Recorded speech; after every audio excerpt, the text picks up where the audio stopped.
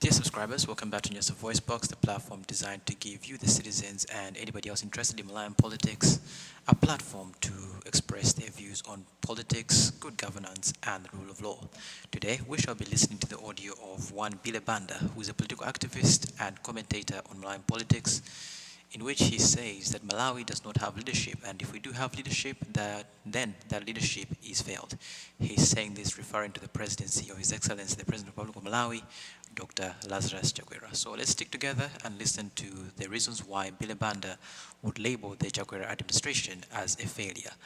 And as always, we ask you to stay till the end, and at the end, we ask you to subscribe to the channel as well as leave your comments in the comment section below regarding what Billy Banda has said. So let's stick together, and thank you for tuning into Nyasa VoiceBox. Olemekezeka Malawi anzanga, olemekezeka makolo, olemekezeka amayi ndi abambo. Mawa wabwino. Lero pa tsiku lina limene Mulungu mphambe Allah wakumwamba chisumphi watikonzera tsiku la lero pa 2 February mchaka cha 2024 pa 2 February mchaka cha 2024. Mundilole makolo, amayi ndi abambo, tinthokoze Mulungu wakumwamba chifukwa cha mphatso ya moyo. Tiyeni kwina kulikonse kumene Amalawi tili, pa tsiku la lero mnyengo iyi tili, tikachione chinthu cha mtengo wapatali kuti lero tikupuma. Lero tili ndi moyo. Lero chikumukomera Yehova Mulungu okonda olola wakumwamba kuti tikakhale ndi moyo mu tsiku la lero. Mavuto amene tikudutsamo mu nyengo zimene tili ndi mavuto akulu, koma Mulungu ndi wabwino. Mulungu timtamande, Mulungu timthokoze. Atate Mulungu wathu wakumwamba, chifukwa cha chifundo ndi chikondi chanu chachikulu, landirani matamando, komanso landirani kuthokoza kwathu chifukwa kukhala ndi moyo mnyengo yovutitsitsa ngati iyi si chinthu chapafupi, ndi chinthu cha mtengo wapatali. Ndipo mutilole Mulungu kuti mulandire ulemu ndi ulemerero kutisunga ndi moyo, kuti tikhale mnyengo iyi tikadakhala titapita kalekale. Ndipo ndi pemphero ndi pembedzero chikomereni Atate, mutisamalire, mutisunge, mutiteteze, komanso chiukomereni Atate zosoweka kuti tikakhale tsiku ndi tsiku ndi lero pa tsiku la lero kapenanso masiku ena. Mulungu mukudziwa ndinu, ndipo inu chiukomereni, mutisamalire, mutigwire dzanja, musunge ndi kuteteza wina aliyense, mumuchitire ubwino wina aliyense mu nyengo imene tili. Si nyengo yapafupi, koma nyengo zowawitsa. Tili muulamuliro owawitsa kwambiri koposa maulamuliro ena onse amene takhala nawo mdziko lino la Malawi. Amayi ndi abambo, makolo athu, tisachitenge ngati kuti chinthu chophweka, koma timpemphe Mulungu wakumwamba atichitire chifundo pozindikira nyengo zimene tili, ndipo tidziwe kunena kuti zonsezi zikuchitika chifukwa cha chisomo cha Mulungu wakumwamba. Ndi chifukwa cha ichi Yehova tili mapazi anu. Samalirani wina aliyense, gwirani dzanja la wina aliyense, tetezani ndi kufungatira wina aliyense. Kwa iwo amene ali mzipatala, amene ali odwala, othodwa, apatseni machiritso, chifukwa mavuto amachitika nthawi ina iliyonse kwa wina aliyense. Ndipo chifukwa cha ichi Mulungu wakumwamba, khalani ndi madokotala, khalani ndi anamwino, khalani ndi onse amene amayang'anira ndi kuteteza onse, khalani ndi amene ali ku ndende, khalani ma prison warders, komanso amene ali pa nyanja, ngakhale amene ali pa madera osiyanasiyana, amene akuyenda pa nsewu, amene akugwira zintchito zosiyanasiyana, mavuto mumtendere.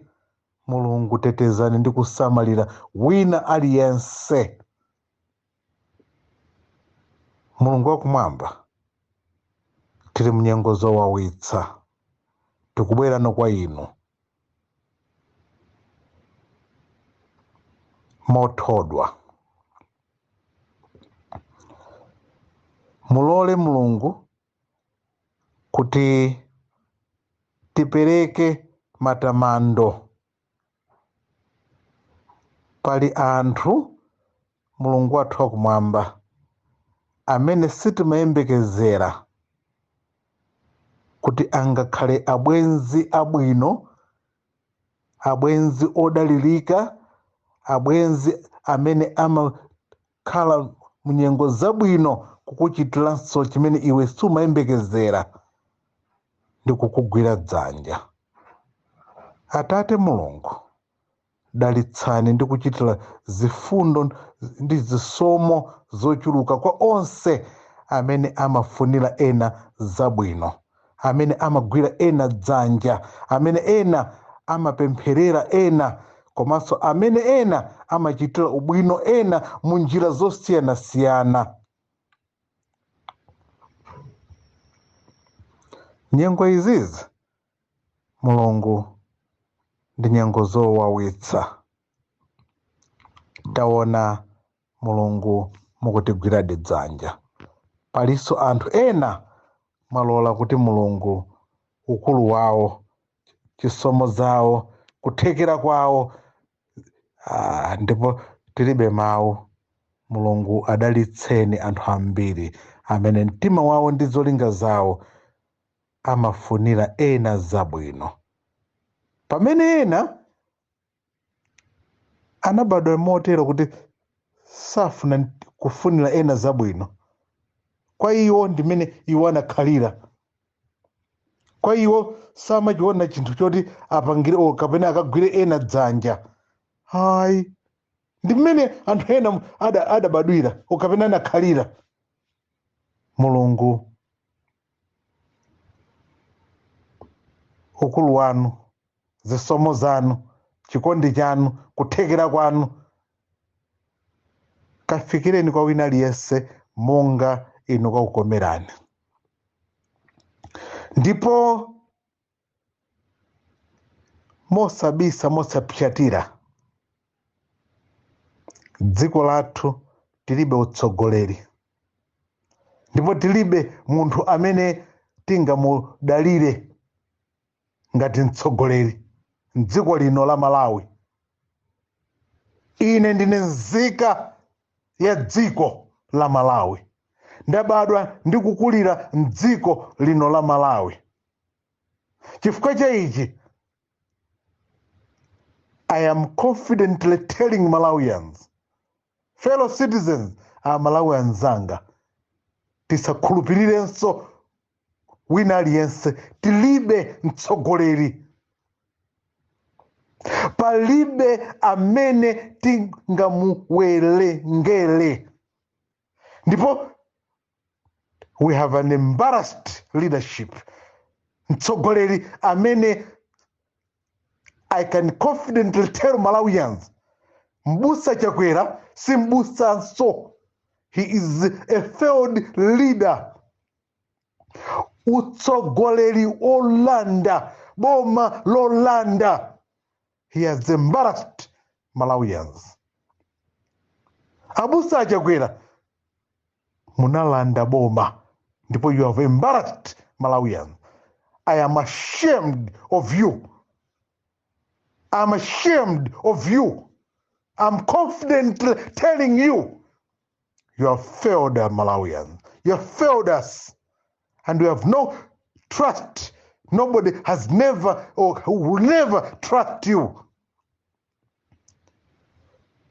Ndipo Abusa Chakwera, you are a failure. You have munachita kulanda boma. Professor Arthur Peter Mutharika, come back. Reconstruct Malawi. Protect and defend Malawians. Zokuti ena kufuna kulanda parliament. Kuti parliament ikasinthe malamulo age limit. What a total mess. A total mess. As we're talking now, we need an interim administration. We need an interim government. Ngati momwe adapangira Motlanthe in South Africa. South African President Motlanthe, he came in. Ndipo anatenga boma mogwirizira. And he dutifully handed over power. And Motlanthe, would you kindly come in and help Malawians?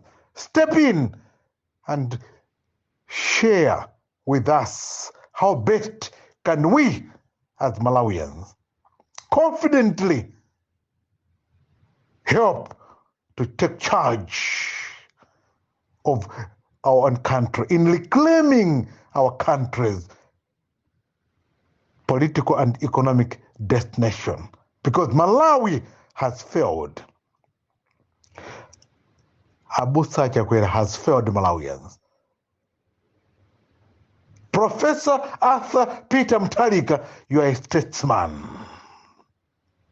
You are a hero. Ndipo in you, we are having hope and trust that you can help us to reconstruct our country. We need an interim government. Parliament, aphungu, musamatiuze kuti simukudziwa za malamulo. Even if kuti mukufuna just an extension mu constitution, the provision is not there. Koma ifeyo ngati Amalawi mutipatse chomwe ife chikutiyeneleza. Chifukwa the economy has completely collapsed because leadership has failed Malawians. And we cannot condone or tolerate Reverend Chakwera to keep us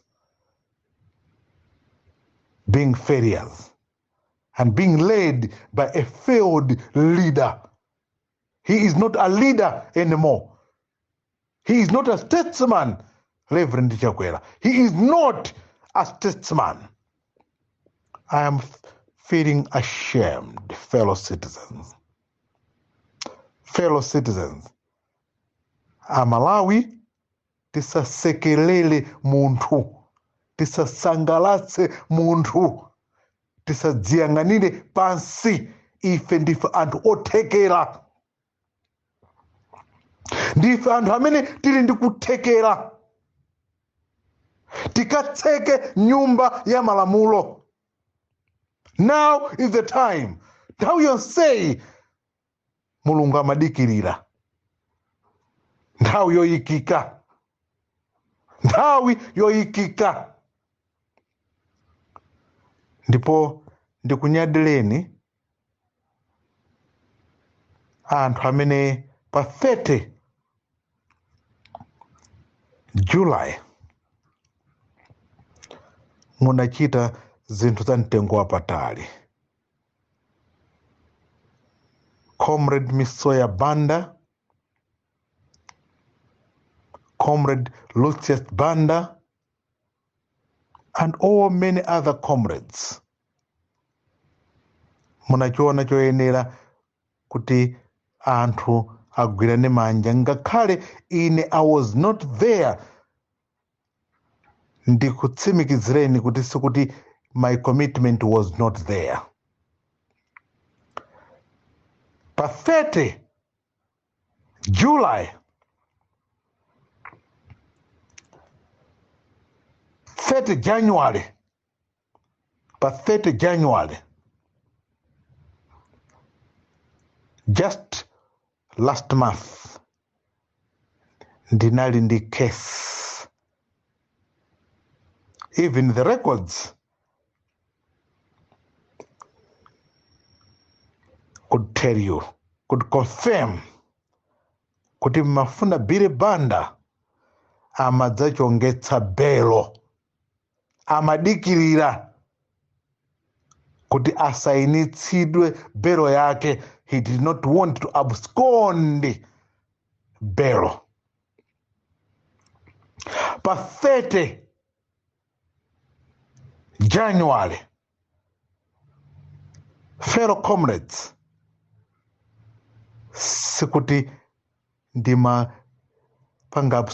ndimalephera kuti ndisakhale nanu. No. Billy Banda did not want to run away or to disappoint you. Koma anachoona choyenera kuti akasainitse belo. Ndikuenda ndi belo nthumba ngati many other fellow comrades.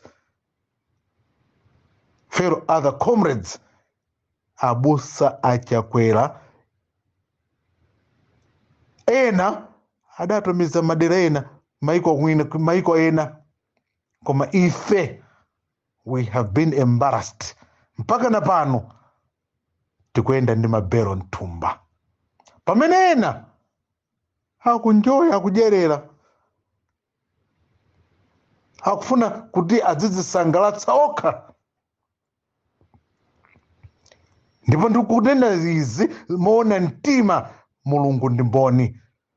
ndipo even amabwalo aku court kuchichiri, they will confirm kuti mafuna Billy Banda marecords mabuku mwathu, yes,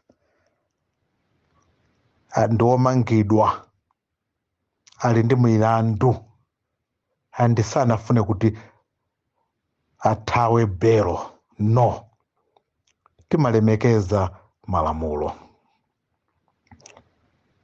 Abusa achakwera, you are an embarrassment. You are an embarrassment and you are a failure. Mwaba ndalama mwadzikundikira. You have embarrassed Malawians. Inu ndi ananu akubanja lanu. Inu ndi dziko lanu limene mukuwatsogolera. You have failed them and you are failing to lead the nation, and there's no way, if fail, we can clap hands for you. Because Malawi, as we stand today, we cannot condone to be led by a failure. Parliament, Apungu, don't cheat Malawians. Don't cheat us. We have no leader. Ilibe utsogoleri muboma lolanda. And we cannot condone kuti mudzika kamba zoti mufuna age bill, age limits. What a nonsense. What a stupid idea. Mr Banda, how old was he? How old was the late Dr. Hastings Mr Banda? Ndiye pano mudzika kamba zankhani ya age limit of Professor Arthur Peter Mutharika. Come on. Your Excellency, Professor Arthur Peter Mutharika, we are solidly with you. We are solidly in favor and support of you because you are a very able-minded and stable-minded leader Malawi has had. Every person, we are aware, has his or her own challenges. And in you and your leadership, you managed things and you stabilized the economy. We have no choice but to ask God's intervention so that your ability, your commitment must come in to take charge of this country.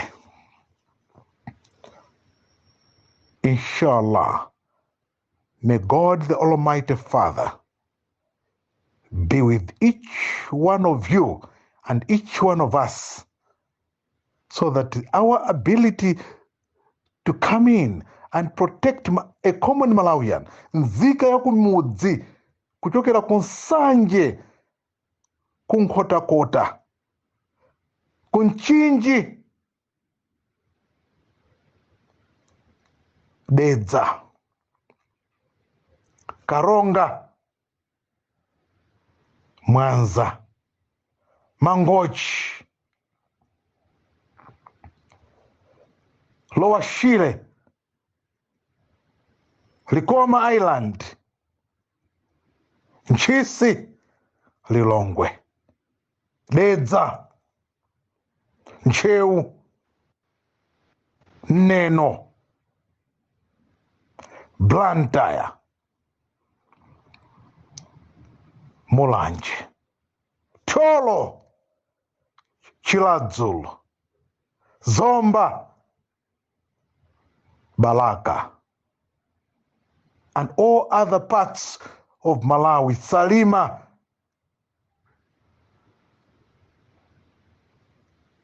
Malawi anzanga, dziko lino ndilolemera kwambiri, ndipo Mulungu atichitire chifundo.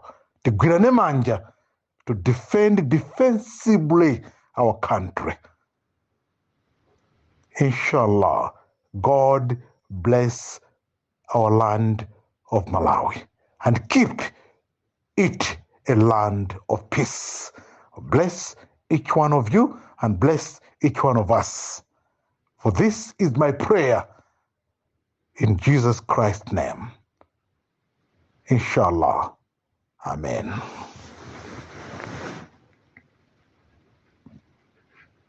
Okundomvera amene wanali mawu apampo Billy Banda amene amakambapo za utsogoleri wachakwera kumene awapanga lebo kuti ndi utsogoleri wolephera. Kodi inu mukugwirizana nazo kapena mukutsatira nazo zimene bambo Billy Banda anena? Tiwuzeni mu comment section musimo. Komanso osewala kupanga subscribe kuti musaphonye ma audio ena amene tikali tikuponya pano pa Nyasa VoiceBox masiku akubwerawa. Zikomo kwambiri.